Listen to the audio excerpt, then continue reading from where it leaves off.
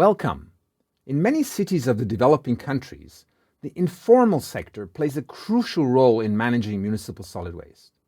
In this module, we shall look a bit more into depth on this role and also see how a city can make use of this opportunity to integrate the informal sector into the municipal waste management sector.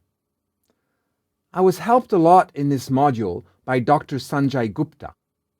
Informal sector waste workers are defined as individuals or small enterprises that intervene in waste management.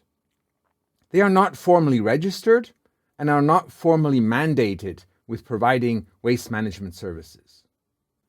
Their predominant activity is in recycling materials from the waste stream. In the recovery of recyclables, they are active throughout the waste management chain, starting at the household, as well as scavenging through garbage bins, collection points, or disposal sites.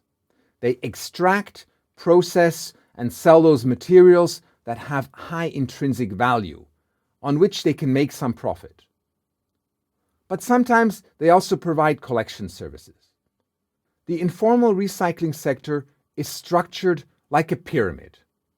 At the bottom of the waste trade pyramid are the waste pickers, who engage in the free collection of waste from municipal garbage bins, streets, and disposal sites. They are often subject to high occupational risk, but also socially stigmatized. Above them are the scrap buyers, who purchase or collect small quantities of recyclable waste materials from households, or small shops that buy materials from waste pickers. A new trend, for instance, are waste banks, where residents can bring their recyclables for a price or a voucher.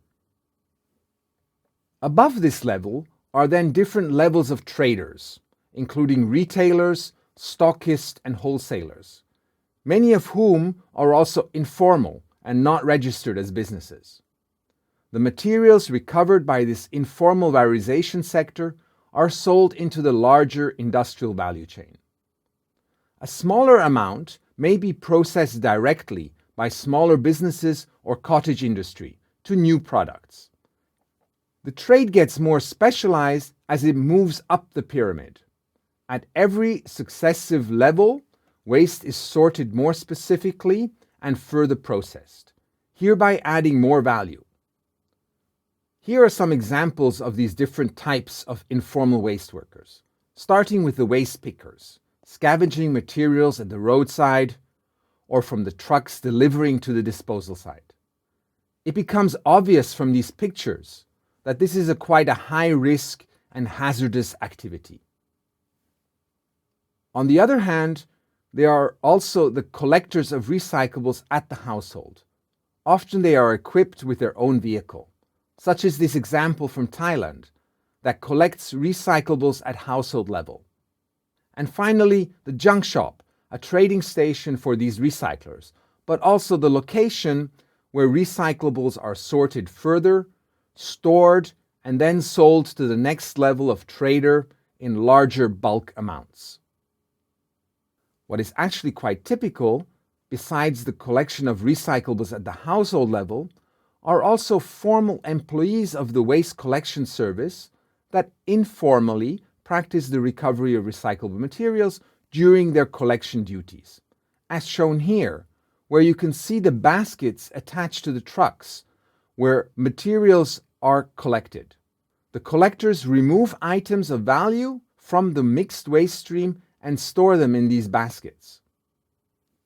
A study by the Collaborative Working Group on Solid Waste Management, in collaboration with the German Society for International Cooperation, GIZ, conducted a detailed study in different cities worldwide to assess the importance and contribution of the informal sector. Here is a graph on the average cost savings for each municipality showing 6 major cities. You can see that depending on the city, the cost savings for the municipality range between 1 and 16 million euro per year. Major savings relate to the effect of recycling before collection.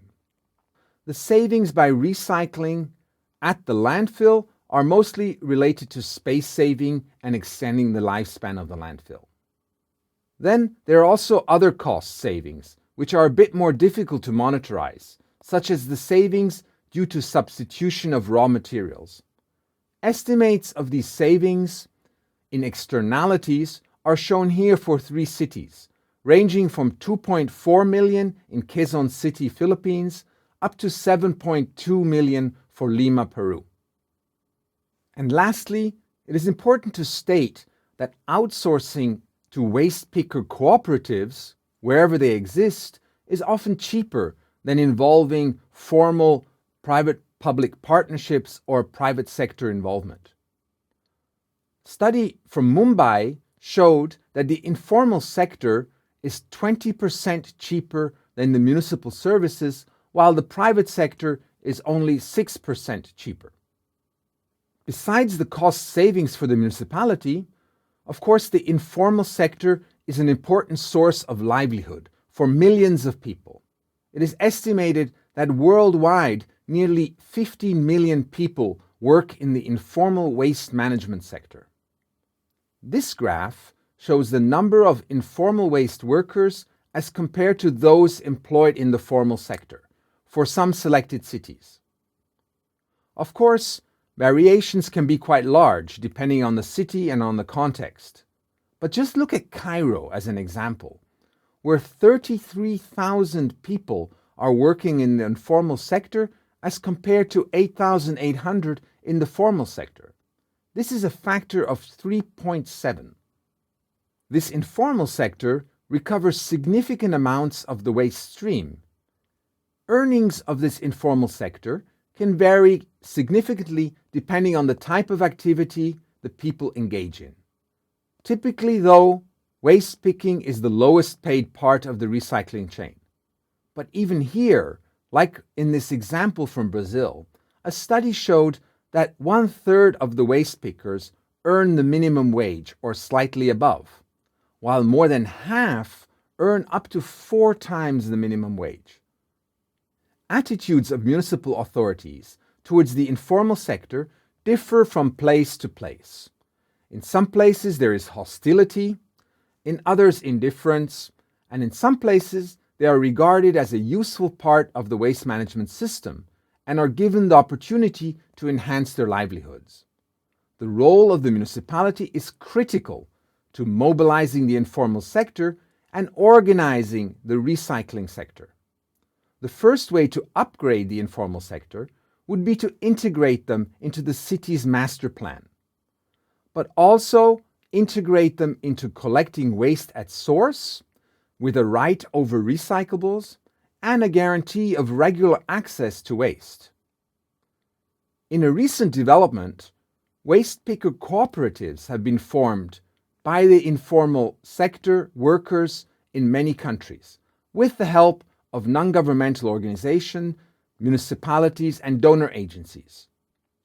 These workers undertake some formal work under contract to municipal authorities, while also being involved in informal recycling, thus in this respect making their role semi-formal. Now let us look at some examples how the informal sector was integrated.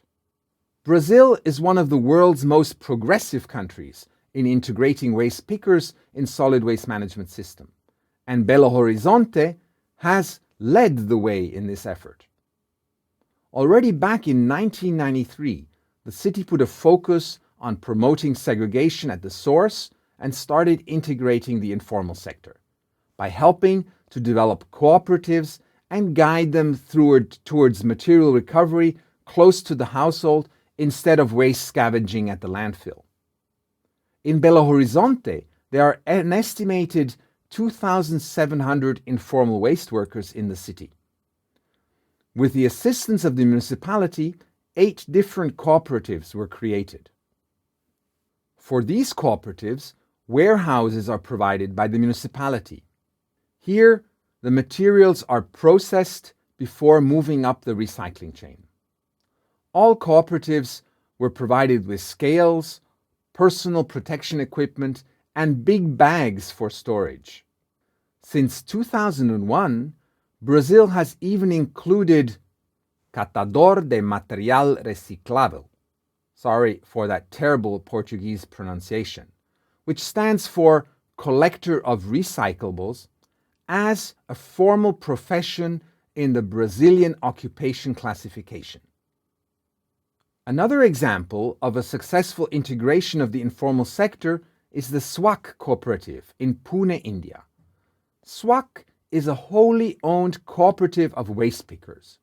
It started off as a 2-year pilot project from 2005 to 2007 that carefully tested and established the workability of this model. Then, in 2008, SWCH then entered into a memorandum of understanding with the Pune Municipal Corporation to collect waste door to door, and this was an important milestone for the waste pickers. The scope of SWCH includes collection, resource recovery, trade, and waste processing, and it is conceived as an autonomous social enterprise. It is in close contact with the clients and residents by providing the service, and it also operates a helpline for feedback and complaints. Currently, through its 1,867 members, with 80% of the members being women, it provides service to the 1.5 million people of Pune.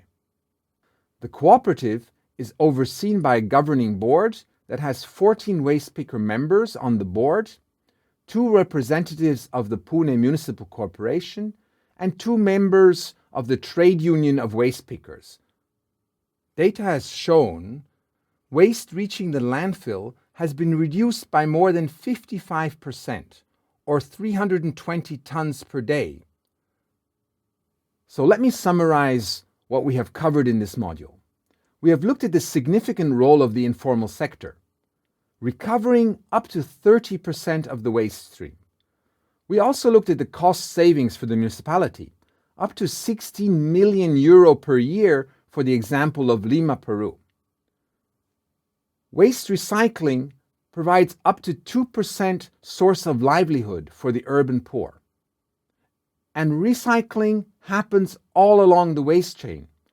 One can estimate 1 job for each ton recovered. What is also important is that work conditions and income improve when recycling closer to the source of waste generation or formalized, for instance, through cooperatives. Thank you for listening.